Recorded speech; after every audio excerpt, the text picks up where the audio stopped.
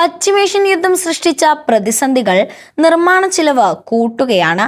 പാക്കറ്റിന്റെ വില കൂട്ടിയാൽ ഉപയോക്താക്കൾ അകന്നുപോയെന്നിരിക്കും. ഇതിനിടയിൽ നിശബ്ദം പഴയ തന്ത്രം വീണ്ടും പുറത്തെടുക്കുകയാണ് കമ്പനികൾ. വിലയിൽ മാറ്റമില്ല, പാക്കറ്റിന്റെ തൂക്കം പക്ഷേ അല്പം കൂടി കുറയും. എന്തുകൊണ്ടാണ് കമ്പനികൾ ഈ മാർഗം സ്വീകരിക്കുന്നത്? ഗോതമ്പ്, പഞ്ചസാര, ഭക്ഷ്യ എണ്ണ, പാക്കേജിംഗ് എന്നിവയുടെ ചിലവ് വർദ്ധിപ്പിച്ചു. കോവിഡ് കാലത്തെ ആഘാതങ്ങളും ആഗോള സംഘർഷങ്ങളും മൂലം വിതരണ ശൃംഖല തകരാറിലായ ചുറ്റുപാട് വീണ്ടും എത്തി. വിപണിയിലാണെങ്കിൽ കടുത്ത മത്സരം, ഉപയോക്താക്കൾക്കാണെങ്കിൽ തൂക്കം അല്പം കുറഞ്ഞാലും വേണ്ടിയില്ല. നോട്ട് നിരോധനം വന്നിട്ടും കോവിഡ് കടന്നുപോയിട്ടും വില കൂടാത്ത ചില ബിസ്ക്കറ്റ് പാക്കറ്റുകൾ ശ്രദ്ധിച്ചിട്ടില്ലേ?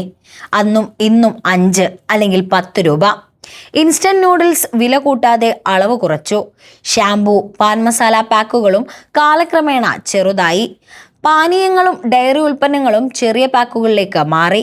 വിലയിൽ മാറ്റമില്ല, തൂക്കം അതാര് നോക്കുന്നു? ഗ്രാമീണ മേഖലയിൽ പ്രത്യേകിച്ചും അളവൽപ്പം കുറഞ്ഞാലും വിലയാണ് മാറാതെ നിൽക്കേണ്ടത്. വില മാറ്റമില്ല, പക്ഷേ ഓരോ ഗ്രാമിനും നിങ്ങൾ നൽകുന്ന വില കൂടുന്നു. അഥവാ മുടക്കുന്ന രൂപയ്ക്ക് തിരിച്ചു കിട്ടുന്നതിൻ്റെ മൂല്യം കുറയുന്നുണ്ട്.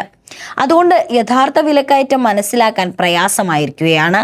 രണ്ടിനുമിടയിൽ ഉപയോക്താവ് വില കൂടുതൽ കൊടുക്കുന്നില്ല എന്ന് ആശ്വസിക്കുന്നു, എന്നാൽ ലാഭം കുറയുന്നില്ലെന്ന് കമ്പനികൾ ഉറപ്പാക്കുകയാണ്.